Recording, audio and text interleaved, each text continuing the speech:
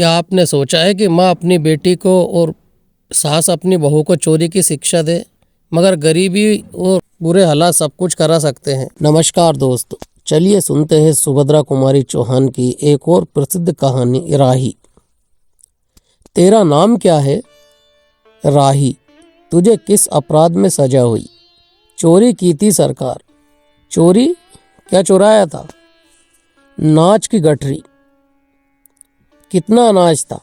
होगा 5-6 सेर। और सजा कितने दिन की है? साल भर की। तो तूने चोरी क्यों की? मजदूरी करती तब भी दिन में 3-4 आने पैसे मिल जाते। हमें मजदूरी नहीं मिलती सरकार, हमारी जाति मांग रोरी है। हम केवल मांगते हैं और खाते हैं, और भीख ना मिले तो फिर चोरी करते हैं। उस दिन घर में खाने को नहीं था, बच्चे भूख से तड़प रहे थे। बाजार में बहुत देर तक मांगा, बोझा ढोने के लिए टोकरा लेकर भी बैठी रही, पर कुछ नहीं मिला। सामने किसी का बच्चा रो रहा था, उसे देखकर मुझे अपने बच्चे की याद आ गई। वहीं पर किसी की अनाज की गठरी रखी हुई थी, उसे लेकर अभी भाग ही रही थी, पुलिस ने पकड़ लिया। अनीता ने एक ठंडी सांस ली, बोली, फिर तूने कहा नहीं कि बच्चे भूखे थे इसलिए चोरी की? संभव है इस बात से मजिस्ट्रेट कम सजा देता। हम गरीबों की कोई नहीं सुनता सरकार। बच्चे आए थे कचहरी में, मैंने सब कुछ कहा पर किसी ने नहीं सुना। अब तेरे बच्चे किसके पास है? उनका बाप है? अनीता ने पूछा। राही की आंखों में आंसू आ गए। वह बोली, उनका बाप मर गया सरकार। जेल में उसे मारा था और वही अस्पताल में वो मर गया। अब बच्चों का कोई नहीं है। तो तेरे बच्चों का बाप भी जेल में ही मरा, वह क्यों जेल आया था? अनीता ने प्रश्न किया। उसे तो बिना कसूर के ही पकड़ लिया था सरकार, राही ने कहा।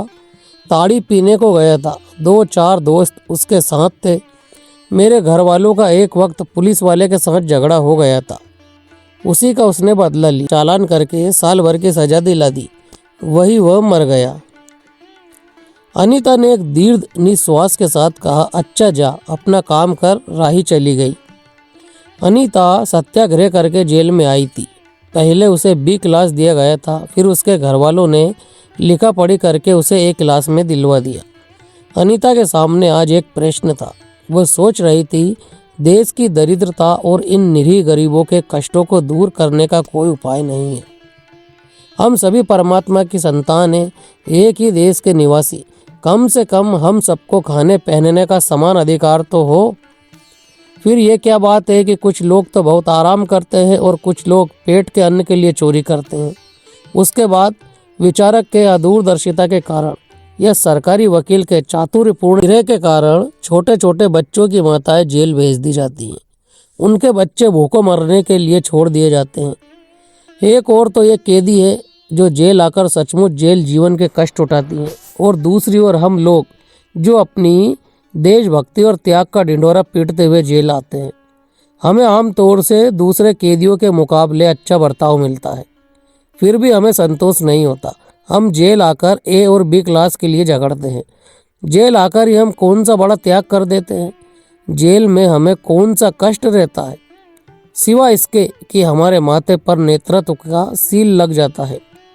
हम बड़े अभिमान से कहते हैं, ये हमारी 4थी जेल यात्रा है, ये हमारी 5वीं जेल यात्रा है। अपनी जेल यात्रा के किस्से बार बार सुना कर आत्मगौरव का अनुभव करते हैं। तात्पर्य यह है कि हम जितनी बार जेल जा चुके होते हैं, उतनी ही सीढ़ी हम देशभक्ति और त्याग से दूसरों से ऊपर उठ जाते हैं। और इसके बल पर जेल से छूटने के बाद कांग्रेस को राज की सत्ता मिलते ही हम मिनिस्टर, स्थानीय संस्थाओं के मेंबर और क्या क्या हो जाते हैं। अनीता सोच रही थी, कल तक तो खद्दर भी नहीं पहनते थे, बात बात पर कांग्रेस का मजाक उड़ाते थे। कांग्रेस के हाथों में थोड़ी शक्ति आते ही वे कांग्रेस भक्त बन गए, खद्दर पहनने लगे, यहाँ तक कि जेल में भी दिखाई पड़ने लगे। वास्तव में ये देशभक्ति है या सत्ता भक्ति? अनीता के विचारों का तांता लगा हुआ था, वह दार्शनिक हो रही थी। उसे अनुभव हुआ जैसे कोई भीतर ही भीतर उसे काट रहा हो। अनीता की विचार वाली अनीता को ही खाए जा रही थी। उसे बार बार ये लग रहा था कि उसकी देशभक्ति सच्ची देशभक्ति नहीं वरन मजाक है। अनीता की आत्मा बोल उठी, वास्तव में सच्ची देशभक्ति तो इन गरीबों के कष्ट निवारण में है। ये कोई दूसरे नहीं है, हमारी ही भारत माता की संतान है। इन हजारों लाखों भूखे नंगे भाई बहनों की यदि हम कुछ भी सेवा कर सके तो सचमुच हमने अपने देश की ही सेवा की। हमारा वास्तविक जीवन तो देहातों में ही है। किसानों की दुर्दशा से हम सभी थोड़े बहुत परिचित हैं, पर इन गरीबों के पास न घर है न द्वार। हाँ, शिक्षा और अज्ञानता का इतना पर्दा इनकी आंखों पर है कि होश संभालते ही माता पुत्री को और सास बहू को चोरी की शिक्षा देती है, और उनका यह विश्वास है कि चोरी करना और भीख मांगना ही उनका काम है। इससे अच्छा जीवन बिताने की वह कल्पना ही नहीं कर सकते। आज यहाँ डेरा डाले तो कल कहीं और चोरी की, बचे तो बचे, नहीं तो फिर 2 साल के लिए जेल। क्या मानव जीवन का यही लक्ष्य है? लक्ष्य है भी अथवा नहीं, यदि नहीं है तो विचार आदर्श की उच्च सतह पर टिके हुए हमारे जन नायकों और युग पुरुषों की हमें क्या आवश्यकता। इतिहास, धर्म, दर्शन, ज्ञान, विज्ञान का कोई अर्थ नहीं होता, पर जीवन का लक्ष्य है। अवश्य संसार की मृग मरीचिका में हम लक्ष्य को भूल जाते हैं। सतह के ऊपर तक पहुँचे पाने वाले कुछ एक महान आत्माओं को छोड़कर सारा जन समुदाय संसार में अपने को खोया हुआ पाता है। कर्तव्य या कर्तव्य का उसे ध्यान नहीं, सत्य असत्य की समझ नहीं। अन्यथा मानवता से बढ़कर कौन सा मानव धर्म है? पतित मानवता को जीवन देने की अपेक्षा भी कोई महत्वपूर्ण है? राही जैसी भोली भाली किंतु गुमराह आत्माओं के कल्याण की साधना होनी चाहिए। सत्याग्रह की यही प्रथम प्रतिज्ञा क्यों ना हो, देशभक्ति का यही मापदंड क्यों ना बने। अनीता दिन भर इन्हीं विचारों में डूबी रही। शाम को वह इसी प्रकार कुछ सोचते सोचते सो गई। रात में उसने सपना देखा कि जेल से छूटकर वह इन्हीं मांगरोरी लोगों के गांव में पहुंच गई। वहां उसने एक छोटा सा आश्रम खोल दिया है। उसी आश्रम में एक तरफ छोटे छोटे बच्चे पढ़ते हैं और स्त्रियां सूत काटती है, दूसरी तरफ मर्द कपड़ा बुनते हैं और रुई धुनते हैं। शाम को रोज उन्हें धार्मिक पुस्तकें पढ़कर सुनाई जाती हैं और देश में कहाँ क्या हो रहा है ये सब सरल भाषा में समझाया जाता है। वही भीख मांगने और चोरी करने वाले लोग अब आदर्श ग्रामवासी हो रहे हैं। रहने के लिए उन्होंने छोटे छोटे अपना घर बना लिए हैं। राही के अनाथ बच्चों को अनीता अपने साथ रखने लगी है। अनीता यही सुख स्वप्न देख रही थी। रात में वह देर से सोई थी। सुबह 7 बजे तक उसकी नींद नहीं खुली। अचानक एक स्त्री जेलर ने उसे आकर जगा दिया और बोली, आप घर जाने को तैयार हो जाइए, आपके पिता बीमार है, आप बिना शर्त छोड़ी जा रही हैं।